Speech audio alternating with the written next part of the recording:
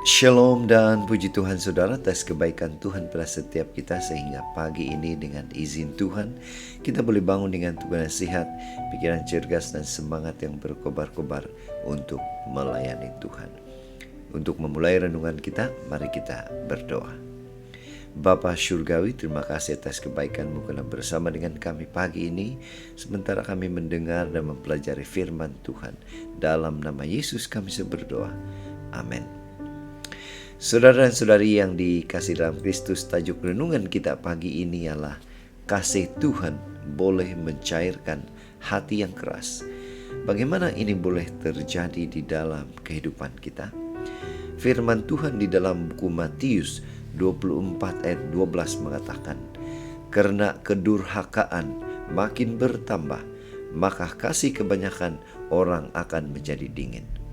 Saudara, bacaan hari ini secara keseluruhannya kita boleh baca dalam buku Matius 24 ayat 1 sehingga 14. Ini merupakan salah satu kandungan di dalam Injil Matius tentang tanda-tanda akhir zaman yang Yesus sampaikan kepada pengikut-pengikutnya pada ketika itu. Ada sebuah ilustrasi. Jack bukan nama sebenarnya. Terlihat Candy menerima kejutan dari kawan-kawan sekerjanya tepat pada hari jadinya. Belasan orang masuk di ruangannya atau di pejabat si Candy, dan salah satu kawan kelihatan membawa piring kecil berisi 3 puding dan 1 lilin yang menyala. Tindakan yang sederhana ini tetapi dilakukan dengan penuh hati ini sangat menyentuh hati Jack.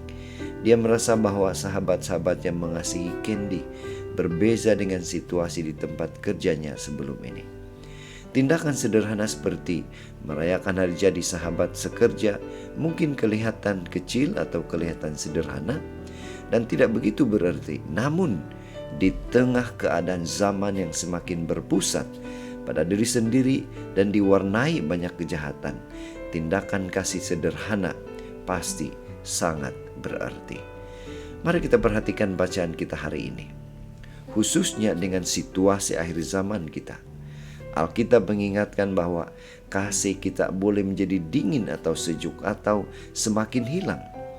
Ada halangan dalam hati yang menahan orang untuk melakukan kebaikan, melakukan sesuatu yang baik kepada orang lain, memberi perhatian atau berkongsi sukacita dengan orang lain. Gejala semakin ini cukup jelas dan mudah kelihatan dalam kehidupan sehari-hari. Apa yang lebih menonjol pada akhir zaman ini ialah bertambahnya kejahatan, kedurhakaan. Itu makanya kejahatan, kedurhakaan itu harus dikalahkan dengan kasih Tuhan. Bagaimana dengan kita?